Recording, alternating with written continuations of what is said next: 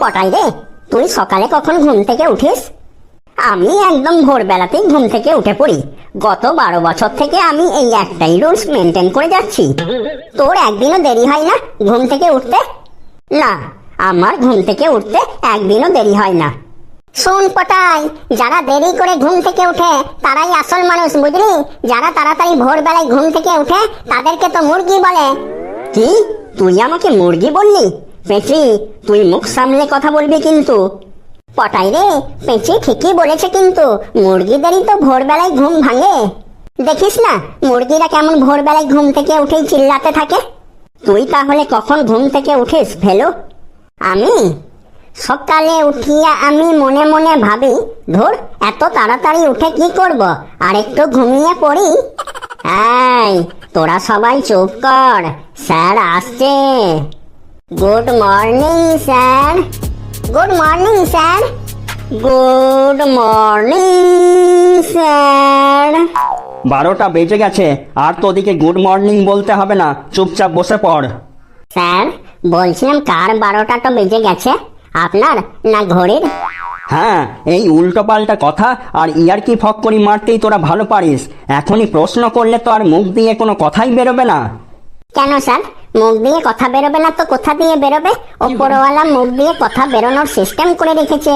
অন্য জায়গায় তো আর কোনো কথা বেরোবার সিস্টেম নেই, তাই অন্য জায়গা দিয়ে শুধু বাতাস বেরোয়। বাবারে বাবারে, তোদের সাথে কথা বলাটাই যেন আমার ঘাট হয়েছে। নে, এবার আজে বাজে কথা সব রাখ। কাল তোর দিকে যে পড়াগুলো করে আসতে বলেছিলাম সেগুলো করে এসেছিস? আপনার কথা কি কখনো আমরা অমান্য করতে পারি? যা বলেছেন সব পড়ে এসেছি। গাছ থেকে পড়ে এসেছি, ছাদ থেকে পড়ে এসেছি, সাইকেল থেকে পড়ে এসেছি। আর বই পড়ে এসেছিস? বই? না স্যার, অত জায়গা থেকে পড়তে পড়তে বইটই পড়তে ভুলে গেছি। সে তোরা যতই বই পড়তে ভুলে যা, আজ আমি প্রশ্ন ধরবই ধরবো, আর না পারলে না খাবি আমার হাতের কেলানি। এই মদনা, তুই দাঁড়া। কি হইল স্যার? কি আবার হবে? তোর বাবার মাথা হয়েছে, প্রশ্ন ধরবো, তুই উত্তর দিবি। বলতো, সকাল সকাল ঘুম থেকে উঠে হাঁটা চলা করা ও ঘুরে বেড়ানো উপকারিতাগুলি কি কি?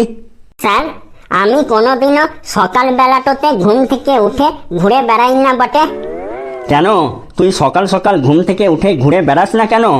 স্যার, পৃথিবীটা যখন নিজেই ঘুরছে, তখন আমি আর শুধু শুধু কষ্ট করে ঘুরে বেড়াতে যাব কেন?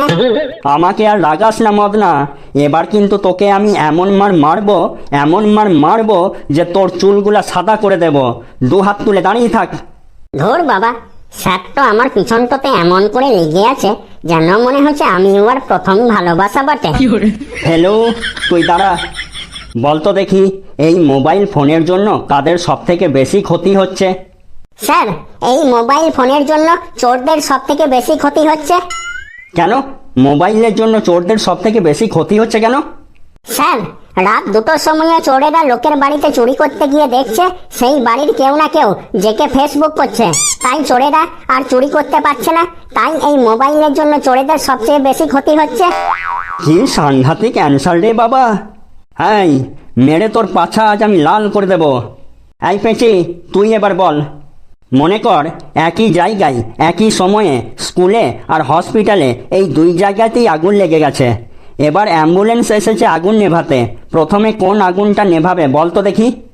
2 জায়গাতে একই সাথে আগুন লেগেছে, স্কুলে আর হসপিটালে। এখন অ্যাম্বুলেন্স এসে কোন আগুনটা আগে নেভাবে? স্যার, হসপিটালের আগুনটাই আগে নেভাবে। কেন, হসপিটালের আগুনটাই আগে নেভাবে কেন? স্যার, আগুনটা মনে হয় রবিবার দিন লেগেছিল।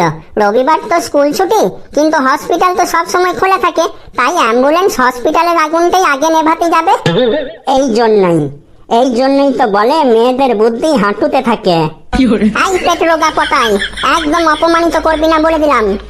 আমি পেটরোগা পটাই? সত্যি কথা আমি 100 বার বলবো, মেয়েদের বুদ্ধি হাঁটুতে থাকে, হাঁটুতে থাকে, হাঁটুতে থাকে।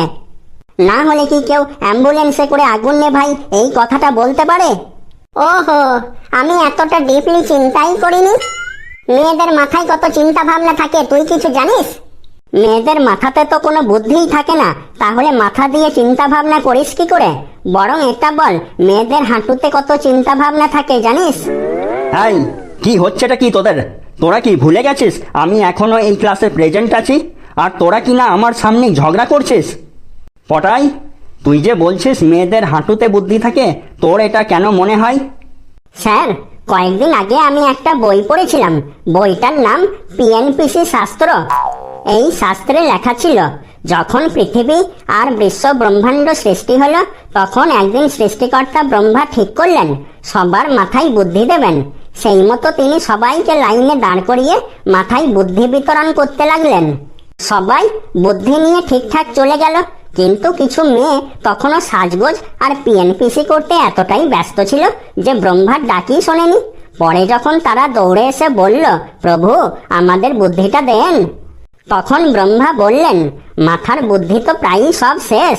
এখন আমার কাছে অল্প স্বল্প যেটুকু বুদ্ধি আছে, সেটা যদি তোমাদের অত বড় মাথাটাতে ঢুকিয়ে দিই, তাহলে তো তোমরা মাথা নাড়াচাড়া করার সময় মাথার মধ্যে খটখাট আওয়াজ উঠবে।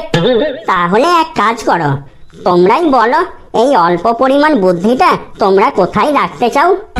তখন সেই মেয়েগুলো বলল, হে ব্রহ্মা ঠাকুর, এক কাজ করুন, আমাদের শরীরে মাথার মতো দেখতে গোলগাল অথচ ছোটখাটো একটা জায়গা আছে, সেটা আমাদের হাঁটু। আপনি এক কাজ করুন, ওখানেই আমাদের বুদ্ধিটা ভরে দিন। এইভাবে সেই সত্যযুগ থেকে আজ কলিযুগ পর্যন্ত চলে আসছে 90% মেয়েদের হাঁটুতেই বুদ্ধি থাকে। স্যার, ইয়াকে চুপ করতে বলুন বলে দিছি, না হলে কিন্তু ইয়ার মাথাটাও ভাঙবো আর ইয়ার হাঁটুটাও ভাঙবো। বাপ রে বাপ, তোরা তো দেখছি এক একটা সব শালা বোকা বোকা, এর থেকে বেশি আর মুখ খোলাস না রে। এবার কিন্তু আমার প্রেশারটা বেড়ে যাচ্ছে। এই কেলটু, এবার তুই বল তো দেখি, রাগ কম করার কোনো প্রাকৃতিক উপায়? স্যার, যখন আপনার বউ রাগ দেখাবে, শুধু কানের কাছে গিয়ে বলবেন, অত রাগ ভালো নয়, এটা বয়স বাড়ার লক্ষণ। ব্যাস, তখনই দেখবেন আপনার বউ বরফের থেকেও বেশি ঠান্ডা।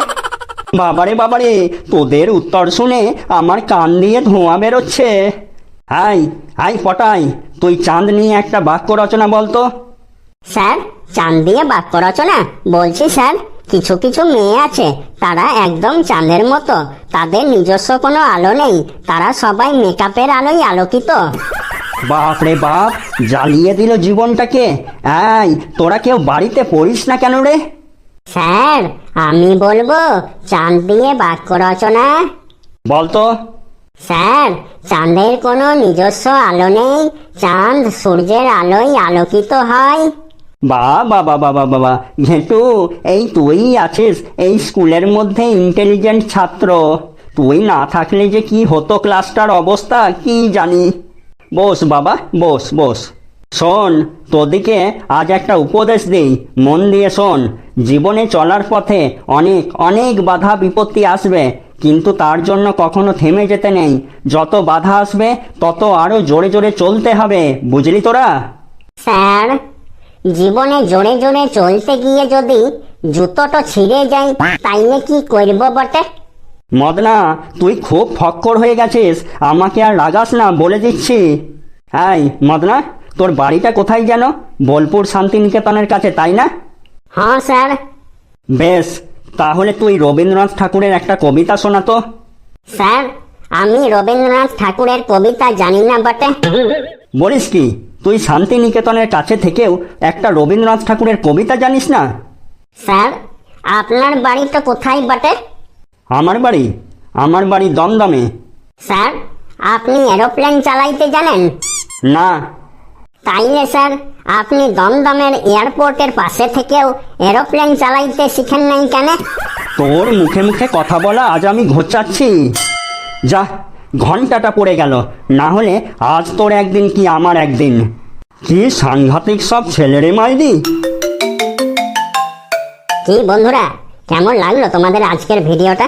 যদি ভালো লেগে থাকে তাহলে ভিডিওটাতে একটা লাইক করে দিও, আর ভিডিওটা যদি তার থেকেও বেশি ভালো লেগে থাকে তাহলে বন্ধু বান্ধব সবারই কাছে শেয়ার করে দিও।